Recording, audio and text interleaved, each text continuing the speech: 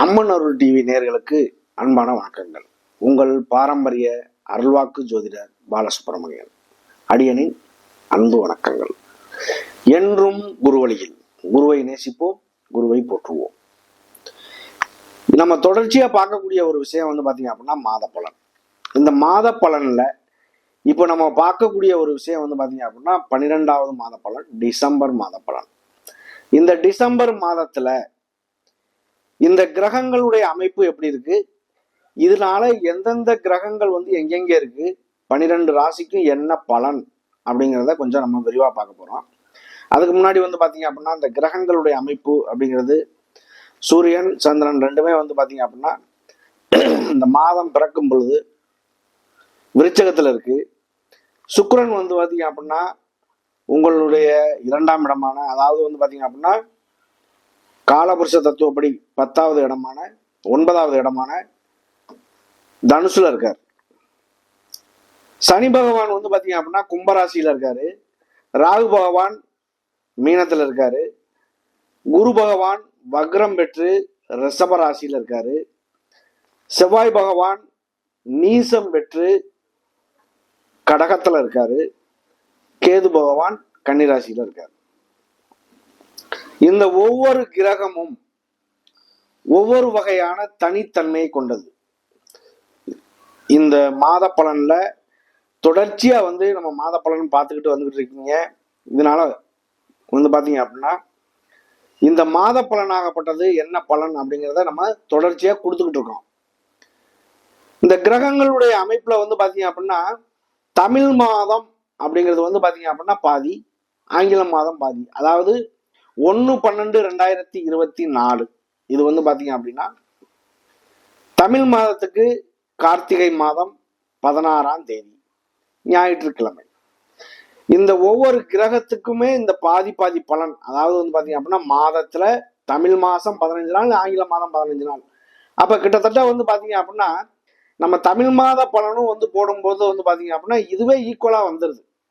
இதுல என்னென்ன விஷயங்கள் இருக்கு, ஒவ்வொரு ராசிக்கும் தனித்தனி தன்மை, அதாவது பாத்தீங்க அப்படின்னா நீசம் பெற்றதுனால என்ன பலன், இந்த 2025 பிறக்க போகுது, இதனால என்ன பலன், இதுல யாராருக்கு இது வரைக்கும் 2024 முடிஞ்சு 2025 புது வருஷம் பிறக்கிறதுக்கான ஒரு வாய்ப்பு வந்துருச்சு. இந்த 2024ல யாராரு என்னென்ன பலனை அனுபவிச்சாங்க அப்படிங்கிற ஒரு விஷயத்த நம்ம விரிவா பார்க்க போறோம். அன்பார்ந்த மீன ராசி அன்பர்களே, மீன ராசி அப்படின்னாலே கால புருஷ தத்துவப்படி அது பாத்தீங்க அப்படின்னா 12வது இடம். இந்த 12ஆம் இடத்து அதிபதி பாத்தீங்க அப்படின்னா உங்களுடைய ராசிநாதன், உங்களுடைய ராசிக்கு அதிபதி குரு பகவான். இந்த குரு பகவான் பாத்தீங்க அப்படின்னா உங்களுக்காக 3ஆம் இடமான முயற்சி ஸ்தானத்துல போய் வக்ரம் பெற்று இருக்காரு. இந்த டிசம்பர் மாத பலனானது வக்ரம் பெற்று இருக்கக்கூடிய இந்த நிலை பாத்தீங்க அப்படின்னா உங்களுடைய முயற்சிகள் தடைபடும். பிசினஸ் பண்ணணும், வியாபாரம் பண்ணணும், வெளியூர் போகணும், வண்டி வாகனங்கள் வாங்கணும், இது எல்லாமே பாத்தீங்க அப்படின்னா தடைபட்டு நிற்கும். ஆனால் உங்களுக்கு நடக்கக்கூடிய விஷயம் பாத்தீங்க அப்படின்னா உருவாகப்பட்டவர் 3ஆம் இடத்துல வக்ரமாகிறதுனால அந்த நிலை. ஆனால் 3 அப்படிங்கிறது சகோதர ஸ்தானமும் கூட. சகோதர ஸ்தானங்கள் பாத்தீங்க அப்படின்னா குரு பகவான் வக்ரமாகக்கூடிய காலம் பாத்தீங்க அப்படின்னா கிட்டத்தட்ட ஒரு 100 நாளைக்கு மேல அவர் வக்ரமாகிறார். இந்த 116 நாட்கள் வக்ரம். 116 நாளையில அண்ணன் தம்பி அக்கா தங்கச்சி இந்த மாதிரி உள்ளவங்களுக்கு பண வரவு செலவு, நகை சம்பந்தமா, குழந்தைகள் சம்பந்தமா, இந்த மாதிரி எல்லாம் பாத்தீங்க அப்படின்னா ஏதாவது ஒரு கெட்ட விஷயங்கள் இருக்கும், கருத்து வேறுபாடுகள் இருக்கும். அந்த கருத்து வேறுபாடுகள்னால பாத்தீங்க அப்படின்னா மன உளைச்சலுக்கு ஆளாகணும். இந்த மாதிரி சூழ்நிலைகள் நீடிக்கும். ஆனா உங்களுக்கு நடக்கக்கூடிய விஷயம் 7.5 சனி. 7.5 சனி அப்படிங்கிறது பாத்தீங்க அப்படின்னா 7.5 ஆண்டு காலங்கள். சனி பகவான் ஒரு ராசியில சஞ்சாரம் செய்யக்கூடிய ஒரு காலம் பாத்தீங்க அப்படின்னா 2.5 வருஷம். ஒரு கிரகம் பாத்தீங்க அப்படின்னா ஒரு ராசியில பயணம் செய்யுது அப்படின்னா அந்த ராசிக்கு உண்டான பலன் உண்டு. ஆனா அந்த சனி பகவான் ஒரு ராசியில பயணம் செய்யறாரு அப்படின்னா அந்த ராசியில இருந்து முன்னாடி உள்ளவனும் பாதிக்கிறான், பின்னாடி உள்ளவனும் பாதிக்கிறான் இல்லையா? இதுதான் 7.5 சனியுடைய தாக்கம். இந்த இப்ப கும்பராசியில சஞ்சாரம் பண்ணிட்டு இருக்காரு, மீன ராசிக்கு விரயச்சனி, அதே பின்னாடி இருக்கக்கூடிய மகர ராசிக்கு பாத சனி. இதுதான் சனியினுடைய தாக்கம். நம்ம மாத பலன் பார்க்குறோம். மாத பலன் வந்து பார்த்தீங்க அப்படின்னா மாதத்துல பயணம் செய்யக்கூடிய கோள்களான சூரியன், சுக்கிரன், புதன், வளர்பிறை சந்திரன், செவ்வாய் 45 நாள், இது எல்லாம் என்ன பயணம் செய்யுது அப்படிங்கிறது ஒரு மாசத்துல பயணம் செய்யக்கூடியது. இந்த 7.5 சனியினுடைய தாக்கம் அப்படிங்கிறது 2.5 வருஷம். முன்னாடி இருக்கவனும் கெட்டேன், பின்னாடி இருக்கவனும் கெட்டேன் அப்படிங்கிற மாதிரி ஒரு கணக்குல வந்துடும். ஆனா எல்லாருக்கும் பாதிப்பை ஏற்படுத்தாது. சனியினுடைய தாக்கம் வரும் பொழுது, அதாவது வந்து பாத்தீங்க அப்படின்னா முற்றிலுமே வந்து பாத்தீங்க அப்படின்னா சனி தசையோ, சனி புத்தியோ, சனி அந்தரம் சூட்சமங்களோ இந்த மாதிரி நடந்தால் அந்த 7.5 சனியில ஏதோ ஒரு வகையில பாதிப்புகள் உண்டாகும். இல்லை அப்படின்னு வந்து பாத்தீங்க அப்படின்னா அது ஒரு வகையில வந்து நல்ல விஷயத்த உண்டாகும். நம்ம சொல்லக்கூடிய விஷயங்கள் எல்லாமே 12 ராசிக்கும் பொது பலன் மட்டுமே. அது இல்லாம வந்து பாத்தீங்க அப்படின்னா இந்த சனியினுடைய தாக்கம் என்பது விரயச்சனி அப்படின்னா 50% இருக்கும், ஜென்மச்சனி அப்படிங்கிறது 100% இருக்கும், இதே பாத சனி 25%. இந்த 50% இருக்கக்கூடிய சனியினுடைய தாக்கத்துல பணம் காசு எதுவும் கையில இருக்கு அப்படின்னா சுப செலவுகள் பண்ணிடுங்க. சுப செலவுகள் அப்படிங்கிறது உங்களை நல்ல வழியில வழி நடத்தி செல்லும். இல்லை அப்படின்னா உடல் ரீதியா, மனசு ரீதியா ஏதோ ஒரு வகையில ஆஸ்பத்திரி செலவு இந்த மாதிரி ஒரு நஷ்டங்கள்ல உண்டு பண்ணி கைக்கு உருத்தேராத ஒரு முதலீடா போயிடும். வண்டி வாகனங்கள் வாங்குறது, வீடு கட்டுறது, நிலத்துல போடுறது, காது குத்து கல்யாணங்கள் பண்றது, இந்த மாதிரி சுபகாரியங்கள் ஏதேனும் பண்றீங்க அப்படின்னா கையில இருக்கக்கூடிய காசு என்னவோ செலவு தான்.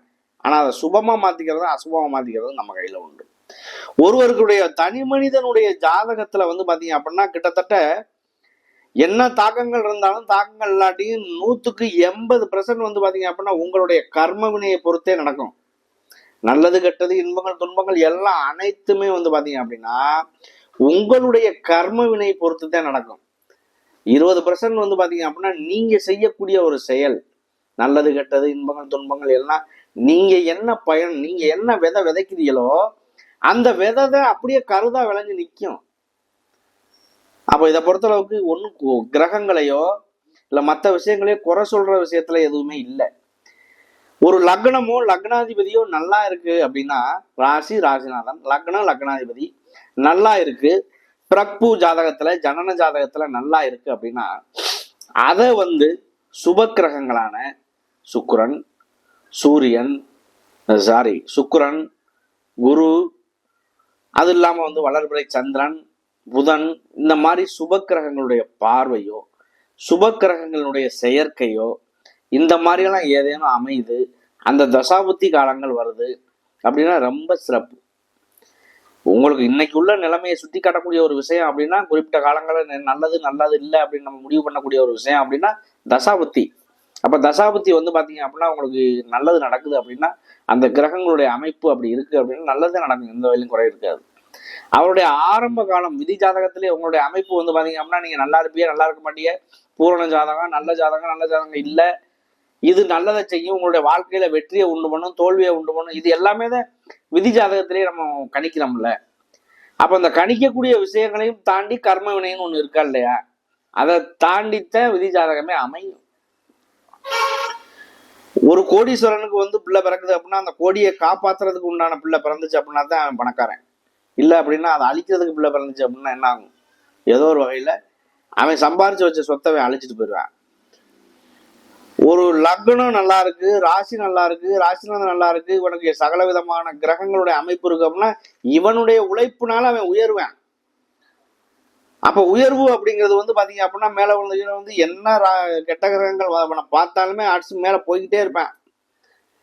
அப்ப எத்தனை கெட்ட கிரகங்கள் பார்த்தாலும் அவனுக்கு ஒன்றும் பண்றது இல்லை.